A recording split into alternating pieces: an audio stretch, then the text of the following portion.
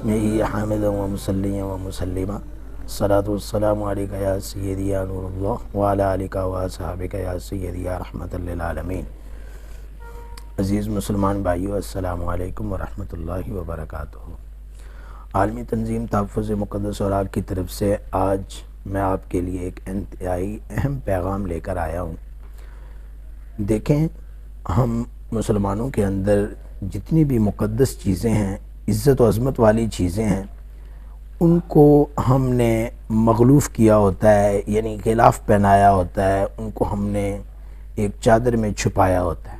آپ مثال لے لیجئے، مثال کے طور پر خانہ کعبہ بیت اللہ شریف اللہ تبارک و تعالیٰ کا گھر ہے۔ اللہ تعالیٰ نے اس کو یہ عزت اور عظمت بخشی ہے کہ اس کو اللہ تبارک و تعالیٰ نے اپنے نام کے ساتھ منسوب کروایا اور فرمایا بیت اللہ، اللہ کا گھر۔ اضافت تشریفیہ ہے، صاحب علم لوگ جانتے ہیں، یعنی تعظیم اور توقیر کے لیے اس بیت کو منسوب کیا گیا ہے اللہ سبحانہ و تعالیٰ کے نام نامی اسم گرامی کی طرف۔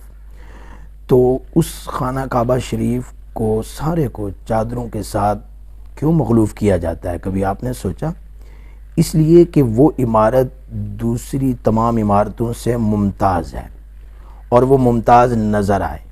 ہر مغلوف چیز کی عزت اور عظمت انسان کے فطری عمل ہے کہ وہ اس کے دل میں بیٹھ جاتی ہے۔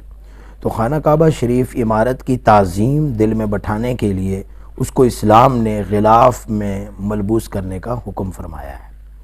تو اسی طریقے سے قرآن کریم فرقان حمید، یہ اس معاشرے کی بہت ماحول کی بدقسمتی ہے کہ اس چیز کا رواج ہمارے ہاں ختم ہوتا جا رہا ہے۔ قرآن کریم فرقان حمید کو غلاف میں مغلوف کیا جاتا تھا پھر پچھلے ادوار میں، لیکن آج کل یہ رواج ختم ہوتا جا رہا ہے۔ تو میری تمام مسلمانوں سے یہ گزارش ہے کہ جس وقت آپ کپڑے خریدنے جاتے ہیں، اپنے لیے جب کپڑے خریدتے ہیں تو اپنے گھر میں رکھے قرآن کریم یا اپنی مسجدوں میں رکھے قرآن کریم کے لیے ضرور کپڑے خریدیں، اچھے سے اچھا کپڑا خریدیں اور درزی سے سلوا کر پھر اپنے ہاتھوں سے جا کر قرآن کریم کو غلاف میں مغلوف کریں، تاکہ اس کتاب اللہ کی عزت اور عظمت، اس کی توقیر شایان شان بجا لائی جا سکے۔ اس لیے ہم مسلمانوں کو اس کام کی طرف بہت زیادہ دھیان اور توجہ دینے کی ضرورت ہے۔